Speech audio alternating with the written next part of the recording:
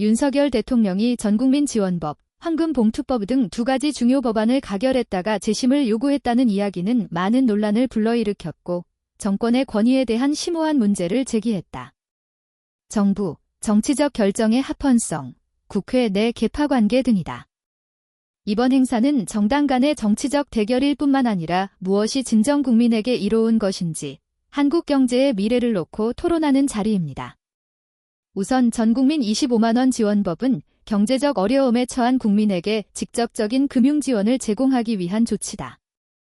소비를 늘려 어려운 서민을 돕고 경제를 살리겠다는 이재명 전 더불어민주당 대표의 총선 공약에서 나온 말이다. 그러나 이 결정은 법적으로 행정기관의 소관인 국채를 대규모로 발행해야 하기 때문에 헌법에 위배된다는 이유로 윤 총재 정부의 강력한 반대에 부딪혔다. 윤 총장은 무분별한 현금 배분은 지속 가능한 해결책이 아니며 장기적으로 경제에 부정적인 영향을 미칠 수 있다고 본다. 그는 국민의 요구를 충족시키기 위한 일시적인 복지가 아니라 도움이 필요한 사람들에게 진정으로 도움이 되는 맞춤형 복지가 필요하다고 강조했다. 이는 특히 공공부채가 증가하는 상황에서 국가 재정 자원의 사용을 신중하게 고려해야 하기 때문에 근거가 충분한 주장입니다. 주에 깊게 관리하지 않을 경우 단기적인 지원 조치는 향후 공공재정의 심각한 악화를 초래할 수 있습니다. 반면 노란봉투법 가결 후 재검토 요청도 현 정부의 노동 문제 처리 방식에 일관성이 없음을 보여준다. 이 법은 근로자, 특히 하청 근로자의 권리를 보호하고 파업 근로자에 대한 기업의 손해배상 청구를 제한하기 위해 고안되었습니다.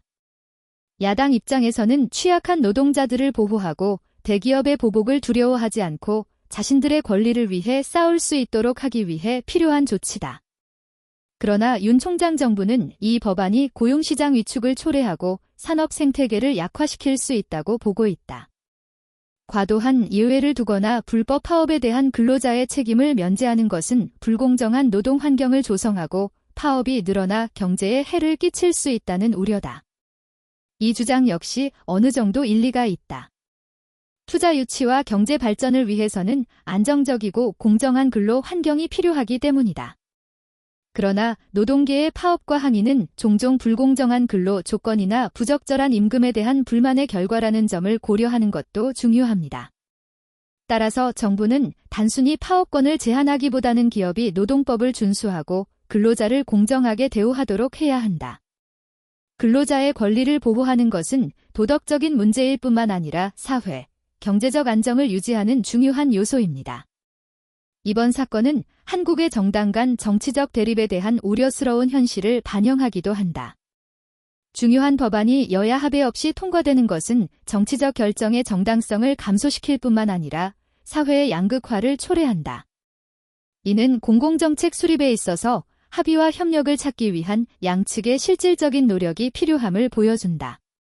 합의가 있어야만 정치적 조치가 모든 국민에게 진정으로 이익을 가져다주고 국가의 지속 가능한 미래를 보장할 수 있습니다.